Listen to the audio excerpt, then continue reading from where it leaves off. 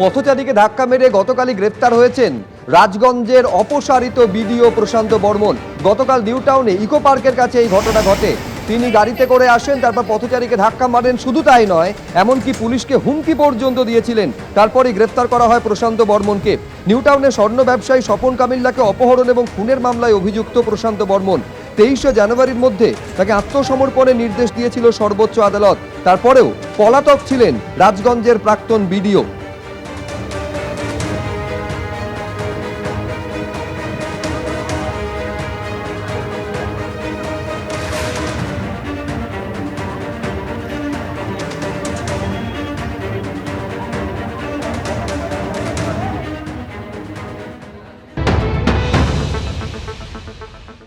আমার স্বামীকে যেন কলবল করে মেরেছে, ওর সেমিতি শাস্তি হোক। বিজেপি সরকার নতুন এসেছে, তেমন করি বিজেপি সরকারকে আমি বলবি যে তাকে কঠোর শাস্তি দিতে। সব প্রশাসন কাছে আমি আবেদন করব তাকে কঠোর শাস্তি দিতে। এরকম ভুল আও যেটি ভিডিও হয়েকি এরকম ভুল করেছে, এরকম আও কোনোদিন কাহারি সাথে এমতি যেন অন্যায় ন করুন। মুখ্যমন্ত্রী শুভেন্দু অধিকারীকে বলবো যে আমার স্বামীকে যেন কলবল করি ও ভিডিও মেরেছে, ভিডিওকে যেন সারা জীবন ছাড়তে না।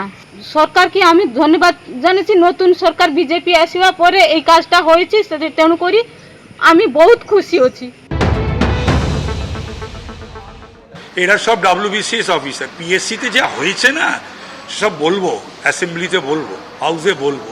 এবং কত WBCS অফিসার যে রয়েছে যারা পাশ করেনি, যোগ্য নয়, যে নম্বর পাওয়া উচিত সে নম্বর পায়নি, তা সত্ত্বেও তাদের কি চেয়েছিলেন আমি জানি না। মমতা ব্যানার্জি বা তৃণমূল সরকার কি চেয়েছিলেন?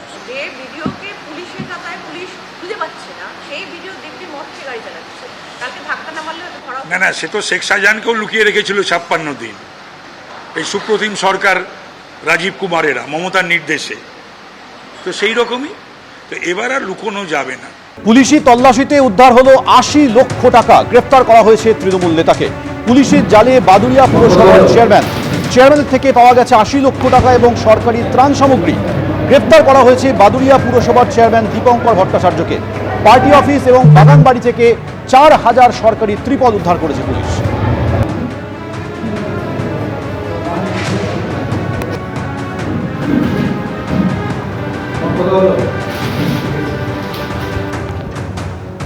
পুলিশি তল্লাশিতে 80 লক্ষ টাকা উদ্ধার করা হয়েছে। গ্রেফতার করা হয়েছে তৃণমূল নেতাকে। পুলিশের জালে বাদুড়িয়া পুরসভার চেয়ারম্যান, তার পার্টি অফিস এবং বাড়ি থেকে প্রচুর টাকা এবং সরকারি সামগ্রী উদ্ধার করা হয়েছে।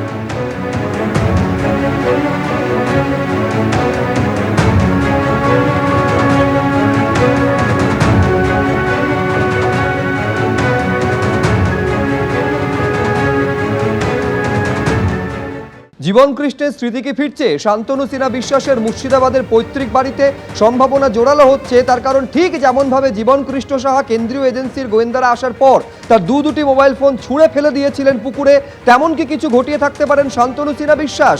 এই সম্ভাবনাকে সামনে রেখে তার বাড়ির পুকুরে এবার তল্লাশি চালাতে পারে এনফোর্সমেন্ট ডিরেক্টরেট।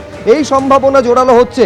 আপনারা জানেন যে প্রাসাদের ছবি আপনারা দেখতে পাচ্ছেন, সেই প্রাসাদে শান্তনু সিনহা বিশ্বাসের এই পৈতৃক বাড়িতে আজ ফের পৌঁছে যান ইডি আধিকারিকেরা।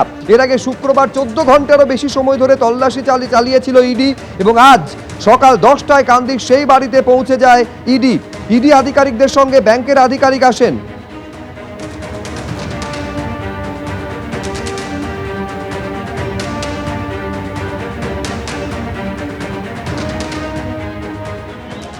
শান্তনু সিনহা বিশ্বাসের প্রাসাদ প্রমোদ যে বাড়ি রয়েছে সেখানে এই মুহূর্তে ইডি তল্লাশি চালাচ্ছে এবং সবথেকে বড় যেটা রহস্য, সেই বাগানবাড়ির মধ্যে রয়েছে একটি পুকুর এবং এই পুকুরকে ঘিরেই কিন্তু রহস্যের দানা বেঁধেছে।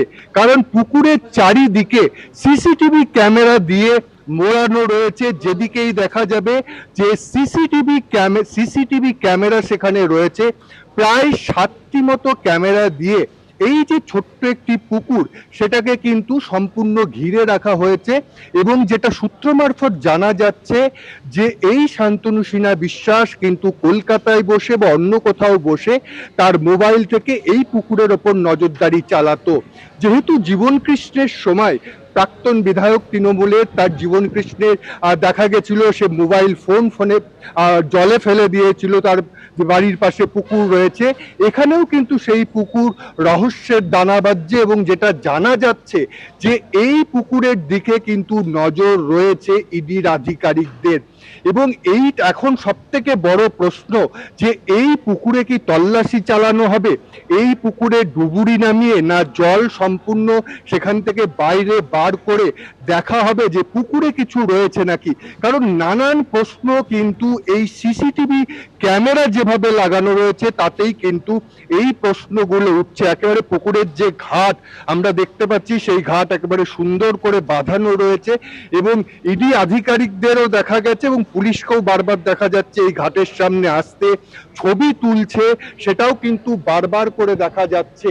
এবং এই মুহূর্তে যেমন এই যে বাড়ি রয়েছে বাড়ির ভিতরে তল্লাশি চালাচ্ছে, মনে করা হচ্ছে যে বাড়ির ভিতর থেকে অর্থাৎ ঘর থেকে যদি কিছু তেমন না পাওয়া যায় তাহলে এই পুকুরের দিকেই নজর দেবে ইডি আধিকারিকরা। এবং অনেকেই মনে করছে যে এখান থেকেই আরো কিছু তথ্য পেতে পারে বা যে মূল রহস্য এত বড় বাগান বাড়ি তৈরির এবং তার ভেতরের পুকুর, সেখান থেকে কিন্তু সমস্ত রহস্য বেরিয়ে আসতে পারে।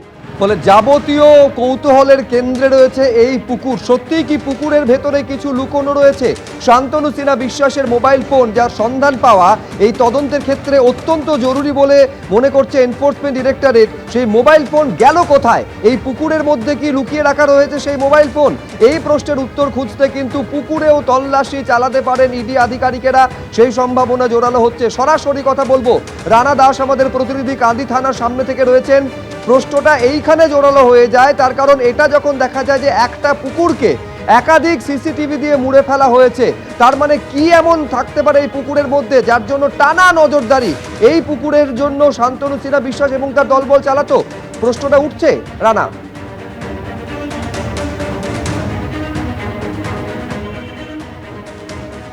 একেবারেই এই প্রশ্নটা উঠছে এবং এই প্রশ্নটা ইডির আধিকারিকদের কাছে উঠেছে। আর সূত্র মারফত জানা যাচ্ছে যে ইডির আধিকারিকরা শুক্রবার তারা প্রথমে এসেছিল, তারা প্রায় 12 ঘন্টা মতো তল্লাশি চালায় এবং আজকে দেখা যায় যে সকালবেলাতেও এই বাড়িতে আসে, অর্থাৎ শান্তনু সিনহার যে বাড়ি রয়েছে সেই বাড়িতে তারা আসে এবং সেখানে তল্লাশি চালায় এবং তাদের নজরে পড়ে এই পুকুরটি। এবং যে কারণে এই পুকুরটি সব থেকে বেশি নজরে আছে যে এই একটা ছোট পুকুর, সেই পুকুরকে ঘিরে 7টা সিসিটিভি ক্যামেরা তার চারদিকে লাগানো রয়েছে এবং সেটি মনে করা হচ্ছে মোবাইলের মাধ্যমে। আর সেটি কিন্তু এই শান্তনু সিনহা বিশ্বাস তিনি কিন্তু কলকাতা বা যেখানে থাকতেন সেখান থেকে কিন্তু তিনি পুরো বিষয়টি দেখতেন। এছাড়াও সেখানে পার্সোনাল নিরাপত্তা রক্ষী ছিল।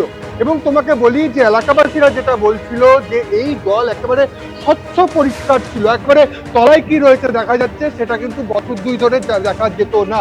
এবং বাড়িতে 2 দিন তল্লাশি চালিয়ে এই যে প্রাসাদোপম যে বাড়ি সেই বাড়িতে তল্লাশি চালিয়ে কিছু কাগজ নথিপত্র পেয়েছে, কিন্তু ফোন যেটা খোঁজা মূলত তাদের উদ্দেশ্য সেটা কিন্তু পাওয়া যায়নি।